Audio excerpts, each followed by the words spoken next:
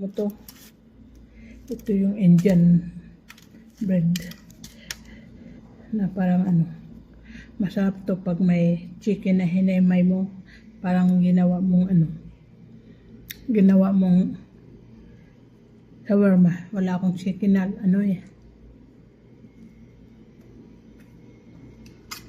lagyan mo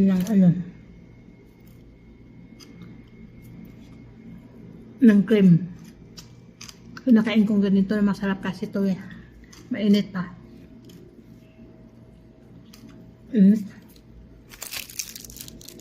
Gusto niya? Indian po parang kubos nila.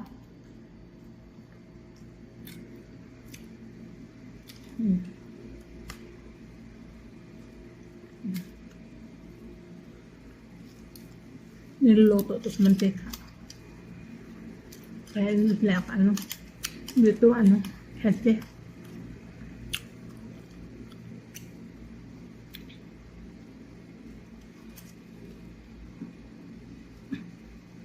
Dahil mantika ang nagluto nito.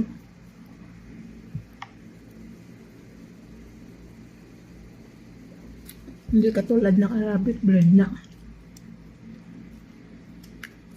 sa oven. Ito mamantika.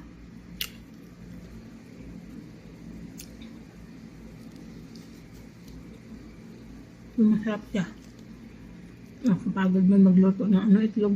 Masarap ito may itlog.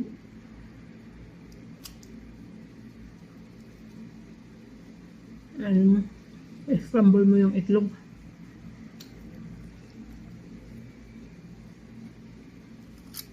Tapos balutin mo nito.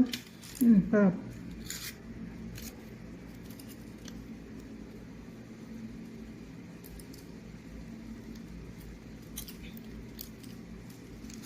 Bukas magtinula tayo ng isda.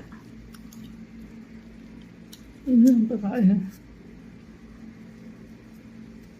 Lagyan mong honey at saka butter.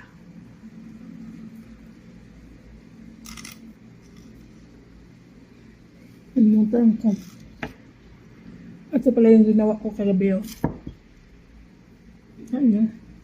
Kanche.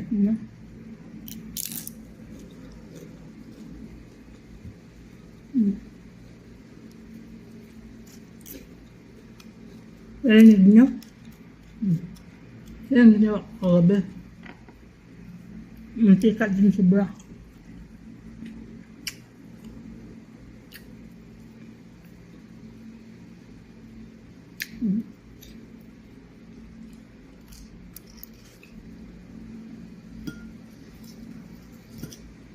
Ibalot natin dito dahil makamit.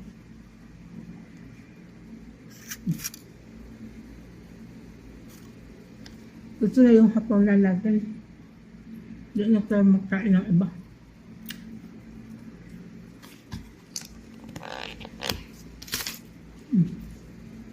Gatas.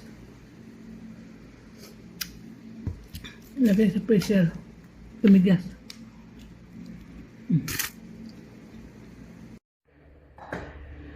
Good morning! Ayan mo na. Masarap kasing luma, so malamig na kaysa bago. Kaya inulit-ulit ko yung mga damit ko. Tikman natin yung sinabawan natin isda. Kulang pa.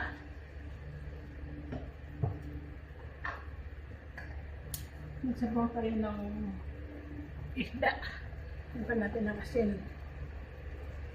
Lagyan natin ng black pepper. Konting black pepper lang. Masarap naman ito na isda yung mataba. Ayan o. Kita niyo yan. Tapos, lagyan na natin ng frozen na malunggay. Dahil doon sa labas wala na talagang dahon dahil sobrang init ngayon dito. Lagas na. Kaya, pag may malunggay, pag summer, winter, spring, kinukuha ko na at nilalagay ko na sa freezer. Dahil pag mag-summer, wala ka nang magugulay. Fresh pa rin to. Dahil naka-freezer siya, green pa rin siya. Oh, kita niyo yan. fresh pa rin to. Turo to ng kaibigan ko na nasa Australia na pag summer walang malunggay dahil nagalagas, sobrang init, kaya kinukuha ko na pag dahil lang yung malunggay pag taglamig eh.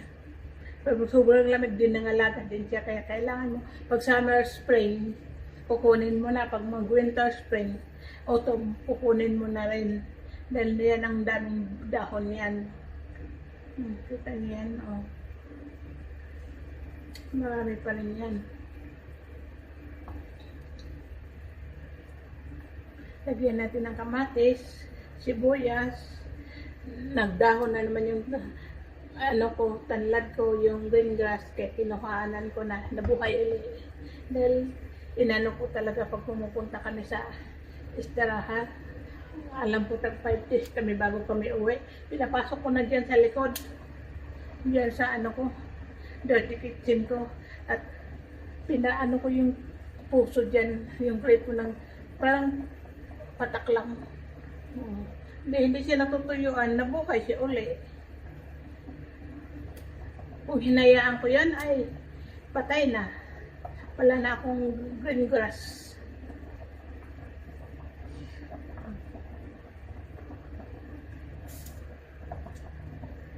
Tikman natin uli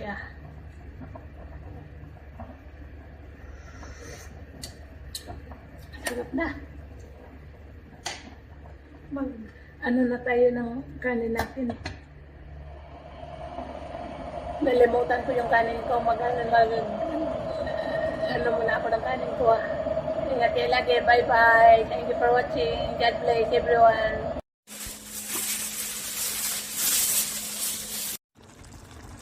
Good morning everyone. Happy Eid Mubarak dahil tapos ng Ramadan. Magluluto na tayong uulamin natin. Ayan. In-steam ko lang yung gulay. Hindi ko nilagyan ng tubig yan. Ulam lang natin yan. Thank you for watching. Ingat kayo lagi. Once again, Happy Eid Mubarak.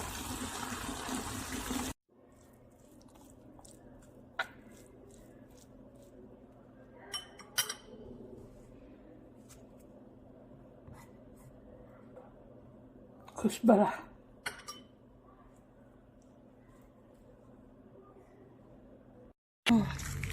Yan. Kanya-kanyang kwarto. Nag-alo-akbar na yung mga dalawa kong amo. Sila tatlo kami. Ay, samok baka nila. Uy, nag-alo-akbar. Tatlo lang kami. Pero darating yung anak niya. Nauna lang kami. Ito yun. Mga tent-tent. Dito ka upo. Dito kayo magawa-gawa. Dito, baho. Dito, yan. Yan din yung isa. Bato-bato. Akala ko ba may dito yung doon kasi sa labas picture may kabayo. May farm ba? May kabayo, may may kambing. Wala puro dahon, no? Puro dahon. Nag-ano kayo mga yung employer ko. Ito din. Kita niyo. Ang ganda lang. Ang ganda sana ng mga bato pag sa Pilipinas pa to. Ang ganda ng bahay mo pag ganito. May bato mga maliliit. Ito din. Mas maganda to doon. Kaysa dito, magtambakan to dito. Baka may ahas pa to dito. Dahil bundok to baka matuklaw pa tayo. Hindi na tayo dyan. Dito tayo. May music pa.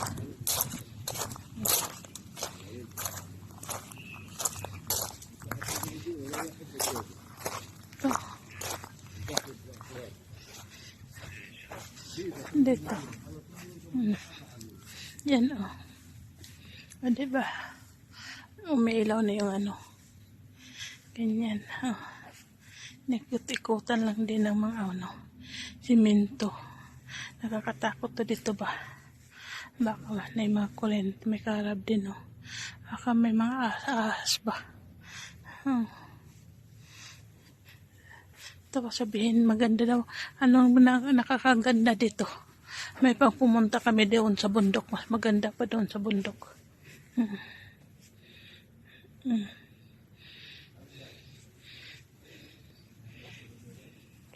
Yan ang mga bit-bit namin. Oh, kita nyo. May bit-bit kami. Andito lang kami sa Kabihasnan. Oh, malapit lang sa mga kabahayan. Yung bakanting lote lang. Inanuhan. Pinadira ng yung mga dahon ng ditch. Pinagkukural.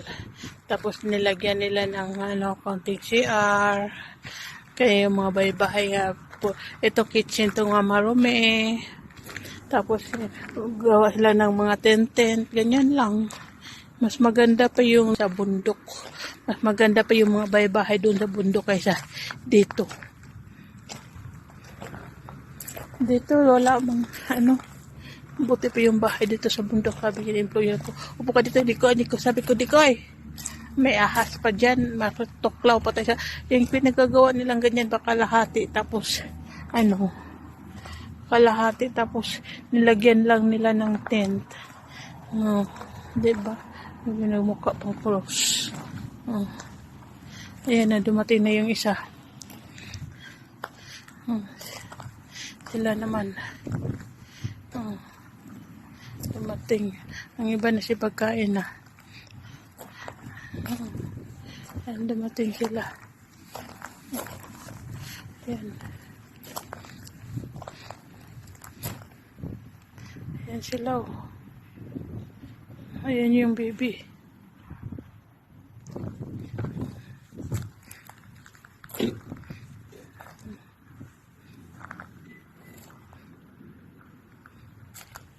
Dito lang tayo. Ayan sila. Ayan. Sinugot na sa amo ko. Ginawa na niya. Tatanggal, kukunin na niya yung baby niya. Kukunin na niya.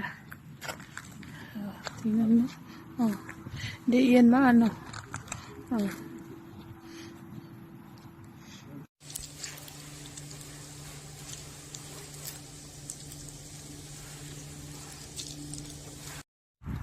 Nakaikot yan ng cherries. Yung dalawang hindi umilaw. Ang ginaw talaga ba? Sakit sa ulo ang ginaw. Dito tayo, balik ulit tayo dito. Yung wakwak na iring nakasulod.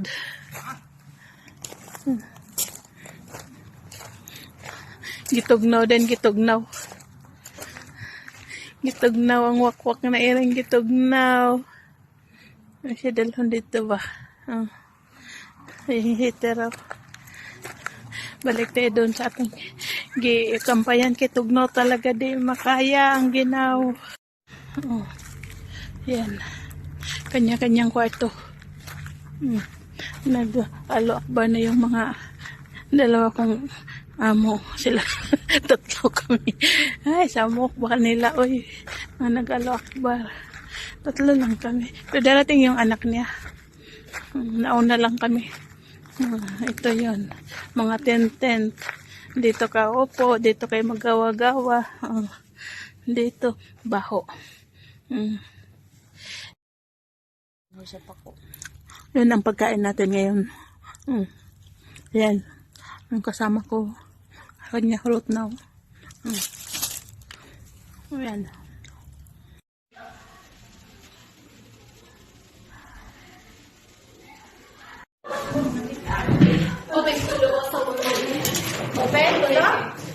Open daw ko luti. Gani lagi. Ha?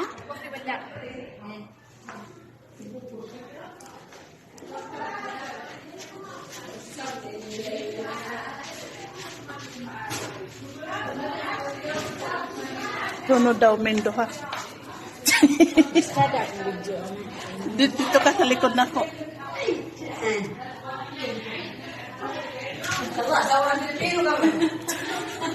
ايه وهي بعد تصوير ايش تسوي؟ يعني بغيت تقول من وعي التصوير. حسب الولاء حسب التصوير طلعت من الخنين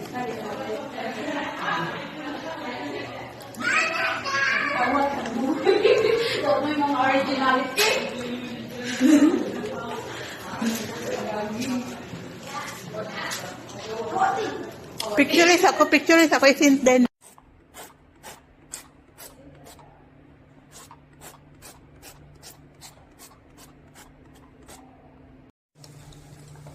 Gumawa ako ng guyama, tinamad ako ng liitan at ibol pa. Ginawa ko na siyang malaki at parang butsi. Tama yan.